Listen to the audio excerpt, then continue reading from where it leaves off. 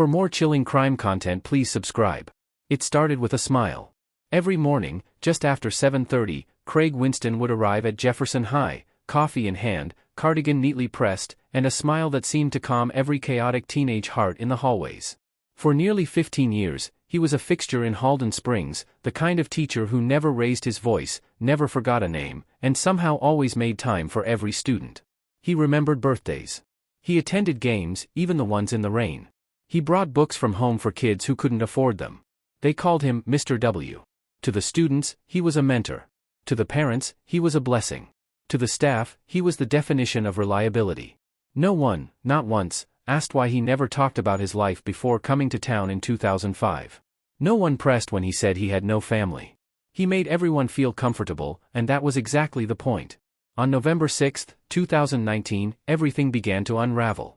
Clara Benton, a quiet 17-year-old in Craig Winston's AP History class, submitted her midterm essay early. Tucked inside the manila folder was a small spiral notebook. It wasn't part of the assignment. It was a warning. This might be nothing. Or everything, Clara wrote in messy blue ink. But it makes me uncomfortable. The pages revealed strange interactions. Mr. Winston, she said, had started asking unusual questions. Personal questions. Not just to her, others too. He'd asked who had divorced parents. Who had law enforcement in the family. Who had cameras in their house. At first, Clara dismissed it. Teachers sometimes tried to be relatable, after all. But then came the incident that changed everything. One day after class, while she stayed behind to discuss her essay topic, Mr. Winston called her a different name. "Christina," he said softly. "You remind me of someone I used to know." That wasn't Clara's name. He laughed it off, but it didn't feel like a mistake. The school counselor read the notebook and passed it to the vice principal. A quiet inquiry began, nothing official, nothing public. Mr. Winston was too respected to confront without cause. They decided to wait. Observe. Monitor. 3 days later, at 2:03 a.m., Clara's house was broken into. Nothing was stolen. No windows shattered. But someone had been inside. Her desk was opened, her drawers rifled through. The family's home security system captured a shadow slipping through the kitchen window. The image was grainy. The figure wore gloves. A hat. But the height, the posture, it was hard to ignore. Clara's parents went to the police. The school board froze. Then, in a quiet meeting with local authorities, someone asked the question no one ever had before. Who is Craig Winston? The answer didn't come easily. The background check came back odd. The social security number had been issued in 2003, just 2 years before Winston's hire. No employment history. No educational records prior to a vague certification from a shuttered online program. He'd passed the minimum checks, but there was nothing deeper. It was as if Craig Winston had appeared from thin air. Detectives widened the search. Fingerprints matched nothing in any federal database. But a facial recognition match, run discreetly through a state-level system, pulled something unexpected. A man named Marcus Hale.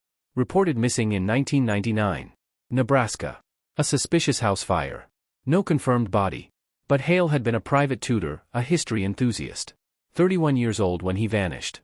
The resemblance was chilling. Craig Winston had a faint scar above his right eye. So did Marcus Hale. Both were left-handed.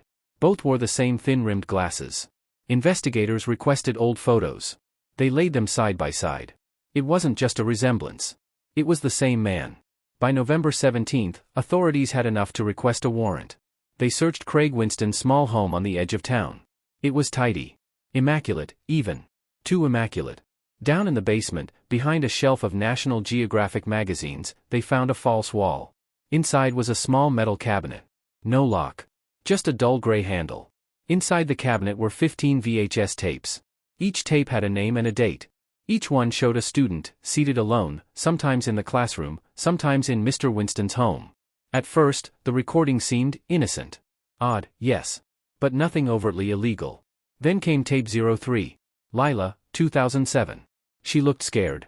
Mr. Winston's voice was calm. Reassuring. But his questions were invasive. Personal. His tone suggested power, control. By tape 05, it had become clear, these weren't interviews. They were manipulations. Grooming. Some students were asked to keep secrets. Others were told things they didn't understand until years later. He had filmed all of it. One tape showed a student crying. Another featured Winston repeating the phrase, "You can't tell anyone, they'll never believe you." The evidence wasn't just horrifying. It was surgical. He had targeted students with unstable homes. Kids who were isolated, vulnerable, forgotten. Police called it the pedagogue files. 15 names. 15 tapes. And every one of them had remembered Craig Winston as kind, generous, compassionate. He knew exactly what he was doing. Winston was arrested the following morning. He didn't resist. He didn't speak. In custody, he sat with perfect posture and asked for tea. He smiled. Only once. But it was enough to unsettle every officer in the room. Then came the final discovery. Inside a storage unit registered under an alias, Edward Graves, they found more boxes. Journals. Notebooks. Identification cards with different names. Driver's licenses. A list of former students. And beneath a concrete slab in the corner of the unit, police found what appeared to be bone fragments. Human. At least 2 individuals.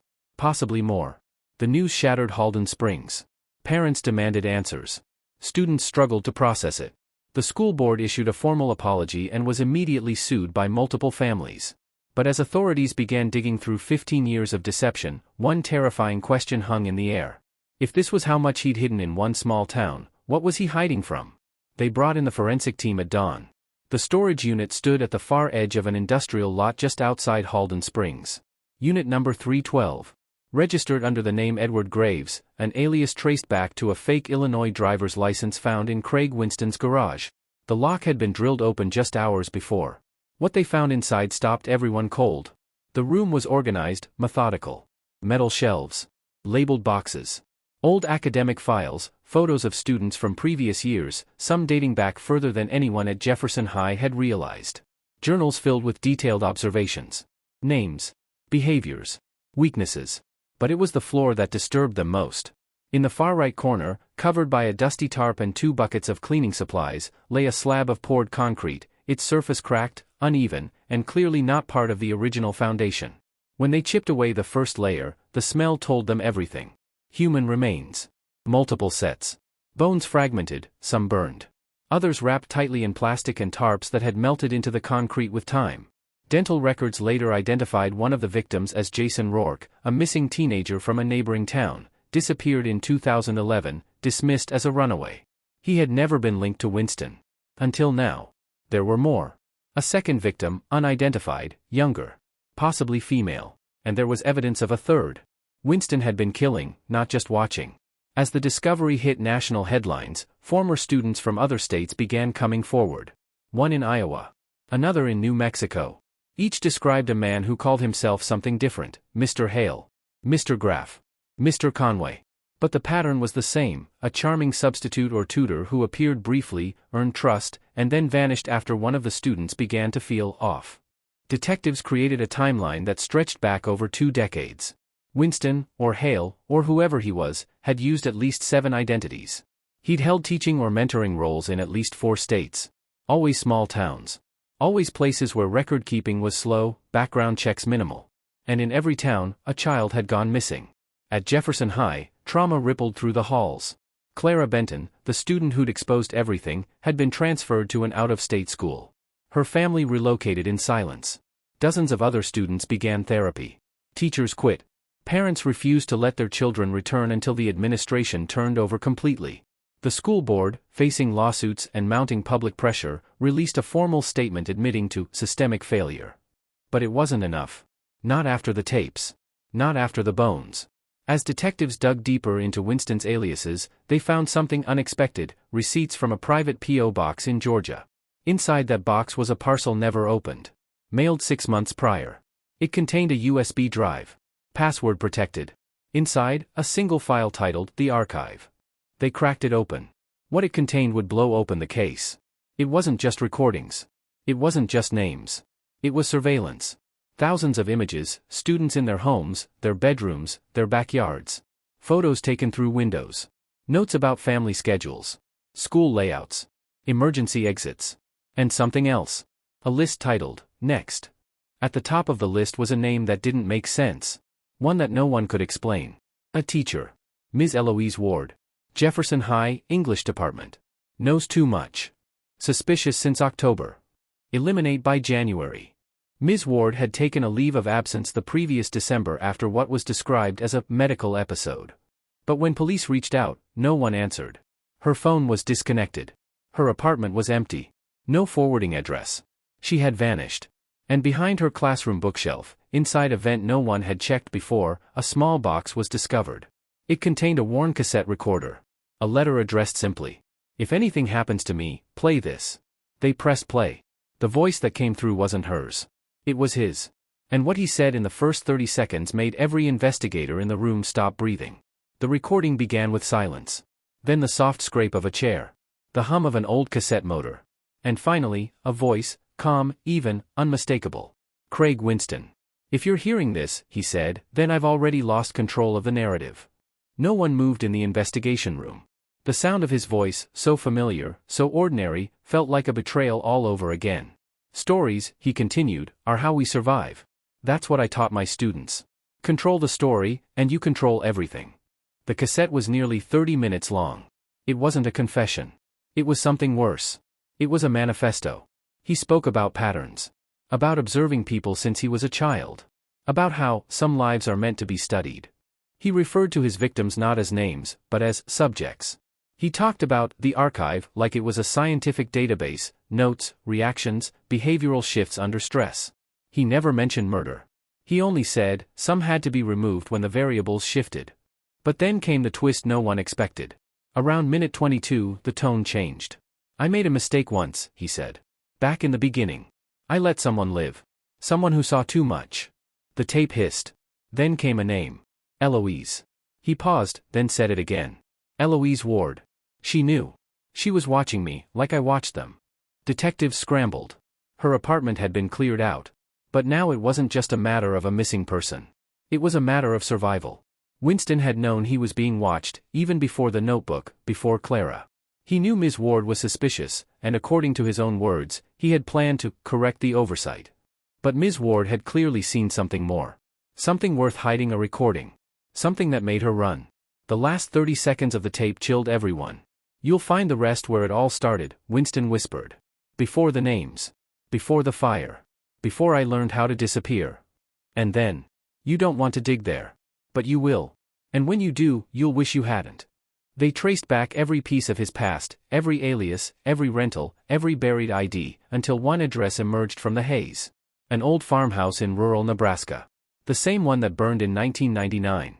The house where Marcus Hale, his first identity, was declared dead. The structure had been rebuilt. Rented out. Forgotten. But beneath the floorboards of the original basement, hidden under 2 decades of dirt and rot, police uncovered a wooden crate. Inside it, more tapes. Older. Dust-covered. Labeled not with names, but with numbers. And on top of them, a single photograph. 4 children. Early 90s. Summer camp. One of them was Craig Winston. The others? Unknown. On the back of the photo, scratched in fading pencil. "This is where he learned it."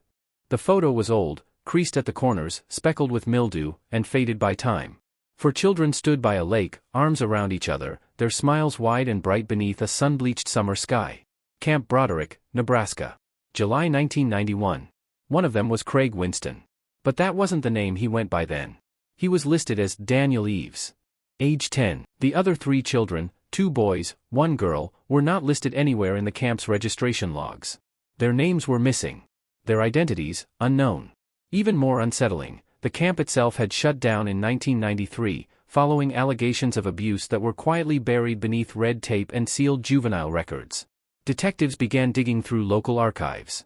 Newspaper clippings. Social service reports. One case stood out, a counselor at Camp Broderick, arrested in 1992 on charges of misconduct with minors. Charges later dropped. His name was Franklin Ames. He had supervised Cabin 3. The same cabin assigned to Daniel Eves. Franklin Ames died in 2007, suicide.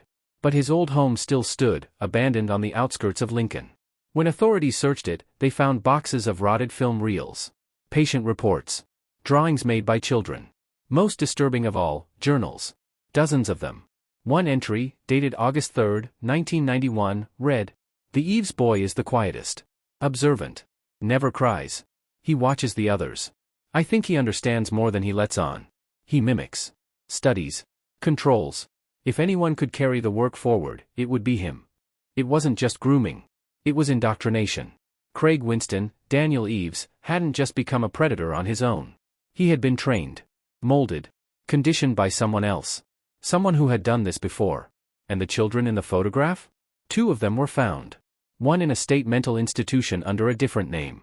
The other, a man living in Kansas, refused to speak, but his eyes filled with terror at the mention of Camp Broderick. The 3rd child, the girl, remained unaccounted for. But something in the photograph drew the eye again. Something small. A bracelet on her wrist, woven pink and green, fraying at the edges. A match was found in evidence, buried in one of Winston's storage bins. That bracelet was found beside tape 00. The first recording. No name. No date. Just a girl's voice, no older than 10, whispering something inaudible before letting out a small, clipped scream. Winston kept it. Preserved it. Protected it for decades. And when the recording was played backward, investigators discovered something that turned the case upside down. A name. Eloise. The missing English teacher. Eloise Ward hadn't just worked with Craig Winston. She had known him before. She was the girl in the photograph. And she was still alive. Which meant she had run not out of fear, but because she knew what was coming. 2 weeks later, an envelope arrived at the police department in Halden Springs. No return address. No fingerprints. Inside, a single flash drive.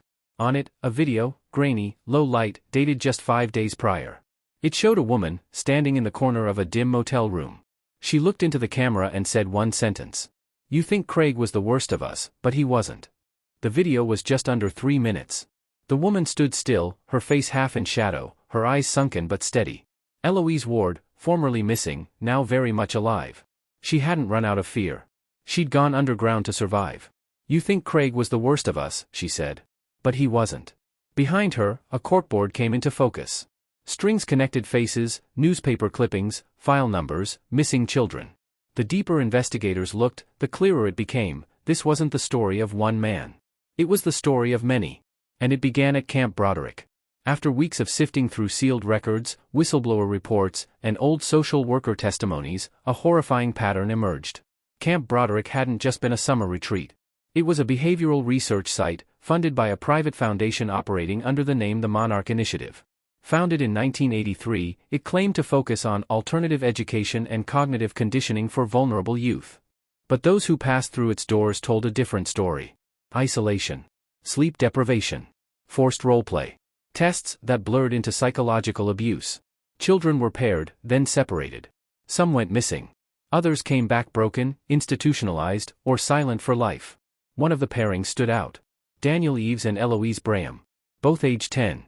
Both identified as high cognition with low emotional resistance. They were monitored for weeks. According to the journals retrieved from Franklin Ames's home, the two showed signs of early psychological mirroring. They anticipated each other's actions. Shared secrets. Built trust. Then something went wrong. In one entry dated August 11, 1991, Ames wrote, "The girl is beginning to resist. She questions the assignments. But the boy absorbs everything." Eloise escaped the camp that summer, sent to foster care under a new identity after an anonymous tip placed her in danger. She lived in 3 states under witness protection-style guardianship. The system thought they'd buried her past. But Craig Winston didn't forget. He found her again at Jefferson High. He'd come to finish what began at Broderick. Eloise, now teaching under the name Ward, had recognized him the moment he joined the staff. But by the time she gathered enough evidence, it was too late. He had embedded himself. Students trusted him. The town adored him.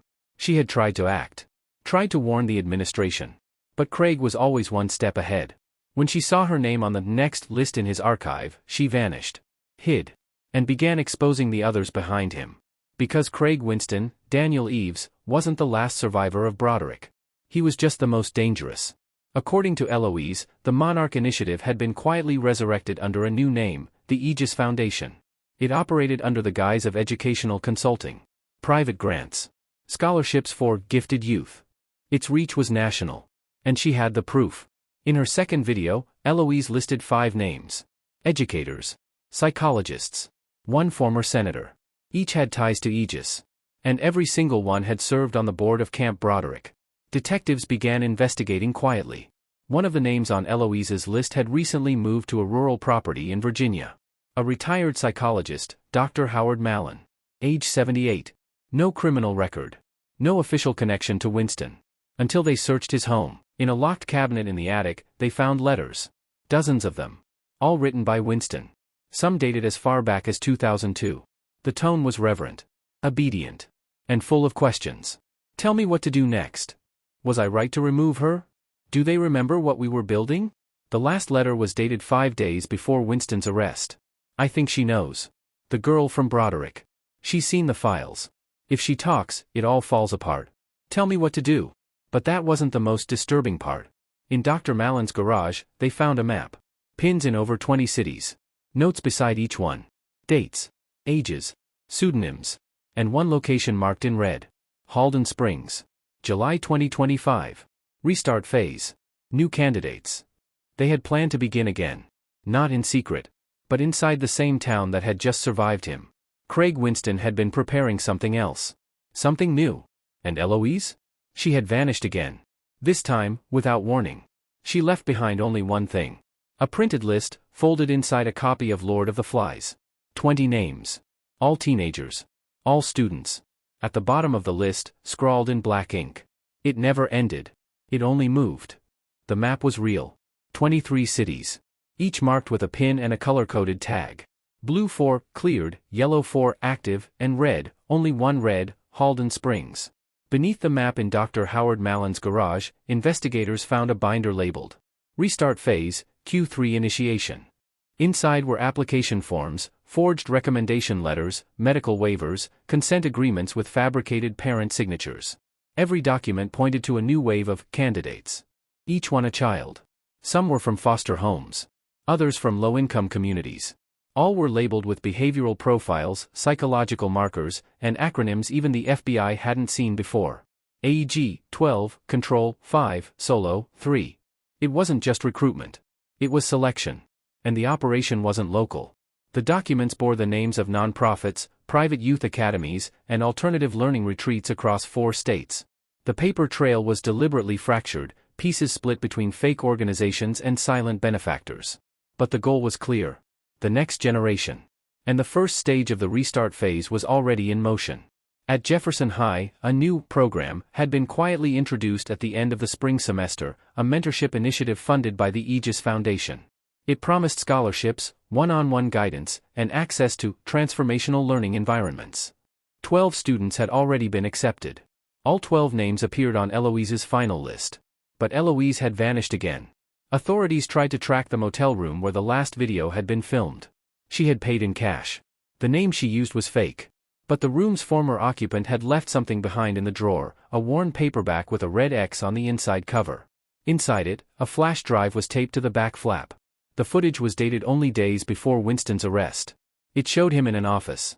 Alone. Standing in front of a whiteboard, muttering to himself, drawing circles, lines, symbols. He wasn't unraveling. He was planning. Restart from clean stock. No old ties. No Eloise.